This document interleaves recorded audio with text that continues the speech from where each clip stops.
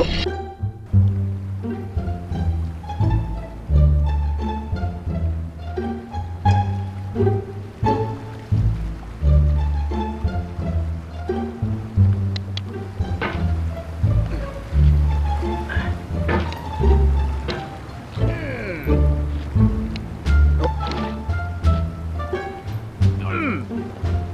you deleted your homework the day before it was due, as I have, or if you left your wallet at home and you have to go back after spending an hour in the commute. If you won some money at the casino and you put all your winnings on red but it came up black. If you got your best shirt dry cleaned before a wedding and then immediately dropped food on it.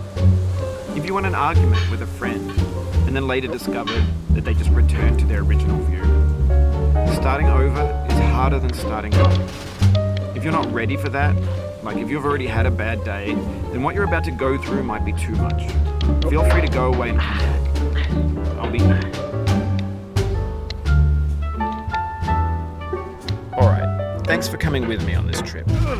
I'll understand if you have to take a break at any point. Just find a safe place to stop and quit the game. Don't worry, I'll save your progress, always, even your mistakes. This game is a homage to a free game that came out in 2002, titled Sexy Hiking. The author of that game was Jazuo, a mysterious Czech designer who was known at the time as the father of B games. And B games are rough assemblages of found objects. Designers slap them together very quickly and freely, and they're often too rough and unfriendly to gain much of a following. They're built more for the joy of building them than as polished products.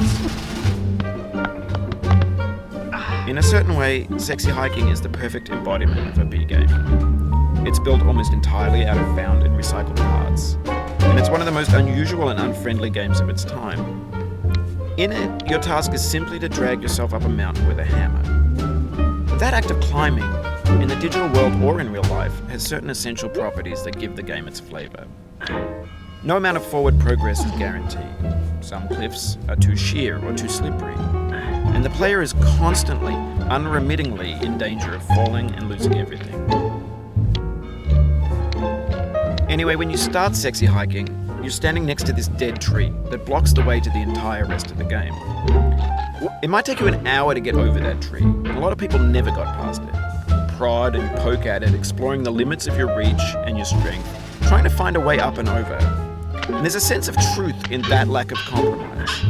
Most obstacles in video game worlds are fake. You can be completely confident in your ability to get through them once you have the correct method or the correct equipment or just by spending enough time. In that sense, every pixelated obstacle in Sexy Hiking is real. The obstacles in Sexy Hiking are unyielding, and that makes the game uniquely frustrating.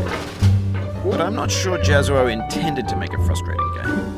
The frustration is just essential to the act of climbing, and it's authentic to the process of building a game about climbing. A funny thing happened to me as I was building this mountain. I'd have an idea for a new obstacle, and I'd build it, test it, and it would usually turn out to be unreasonably hard. But I couldn't bring myself to make it easier. It already felt like my inability to get past the new obstacle was my fault as a player rather than as a builder. Imaginary mountains build themselves from our efforts to climb them, and it's our repeated attempts to reach the summit that turns those mountains into something real. When you're building a video game world, you're building with ideas, and that can be like working with quickset cement. You mold your ideas into a certain shape that can be played with, and in the process of playing with them, they begin to harden and set until they're immutable, like rock. And at that point, you can't change the world, not without breaking it into pieces and starting fresh with new ideas. For years now, people have been predicting that games would soon be made out of prefabricated objects, bought in a store and assembled into a world.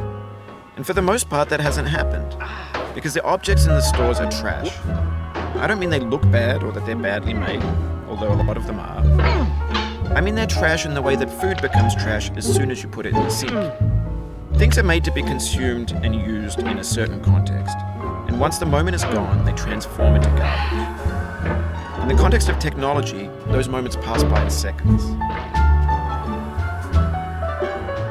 Over time, we've poured more and more refuse into this vast digital landfill that we call the internet. It now vastly outnumbers and outweighs the things that are fresh and untainted and unused.